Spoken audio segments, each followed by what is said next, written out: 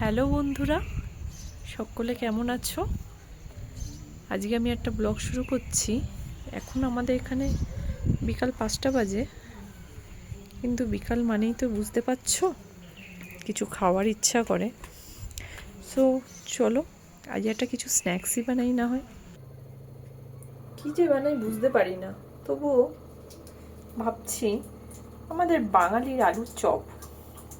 তার জন্যে দেখো আমি একটু আদা নিয়ে নিয়েছি, আদা, একটু রসুন, একটু লঙ্কা, একটু পেঁয়াজ। তার সঙ্গে একটু ভাজা মশলা করার জন্য নিয়েছি একটু জিরে, ধনে আর শুকনো লঙ্কা। এইগুলো আমি খালি কড়াতে ভেজে নিয়েছি। এগুলো একটু আমি মিক্সিতে গুঁড়ো করে নেবো। আর তার সঙ্গে নিয়েছি একটু আলু, এগুলো বয়েল করে নিয়েছি। আর তার সঙ্গে মানে চপ বানানো মানেই তো হচ্ছে বেসন, তাই সেই জন্য বেসন নিয়ে নিয়েছি।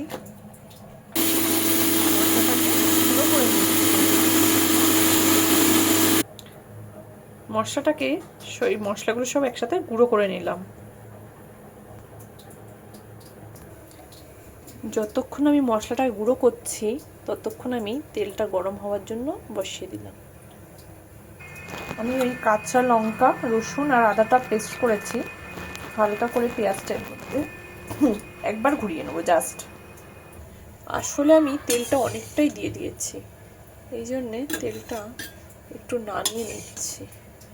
যেহেতু আমি এখন শুধু মশলাটাকে আগে বানিয়ে নেবো, মানে চপের যে পুরটা, সেই জন্য এতটা আমার তেল এখন দরকার নেই। জাস্ট আমি এই একবার ঘুরিয়ে নিয়েছি যাতে পেঁয়াজগুলো দেখা যায়, একেবারে কুচো কুচো না হয়ে যায়। এবার গরম তেলের কড়াই আমি পেঁয়াজ আর রসুনটা ছেড়ে দিলাম। এর মধ্যে একটু আমি হালকা করে হলুদ দিয়ে দেবো, অল্প করে, আর একটু হালকা করে লঙ্কা গুঁড়ো দিয়ে এগুলোকে আমি একটু নাড়িয়ে নেব।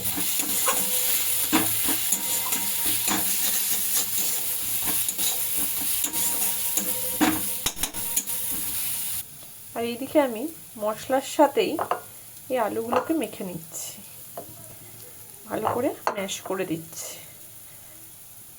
এই যে আলুগুলো মেখেছিলাম এই মশলার মধ্যে ছেড়ে দিচ্ছি, ছেড়ে দিয়ে এগুলোর সাথে আলুটাকে একটু ভালো করে মাখিয়ে নিচ্ছি যাতে রসুনের গন্ধটাও এর মধ্যে ঢুকে।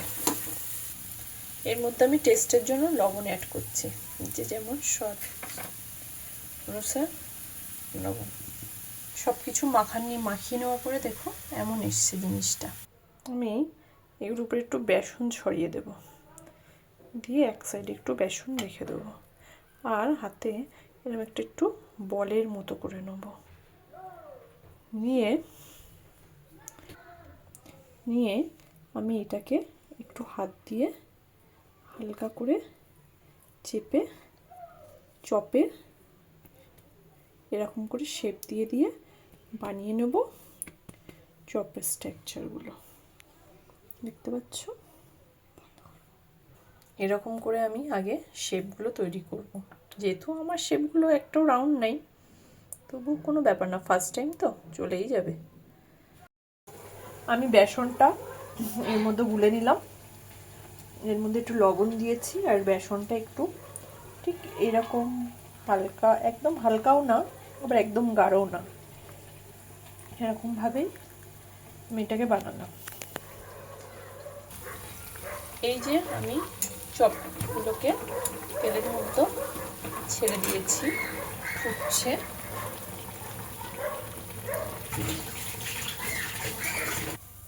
একটু লাল লাল যখন হয়ে এসছে তখন আমি এর থেকে তুলে নিচ্ছি।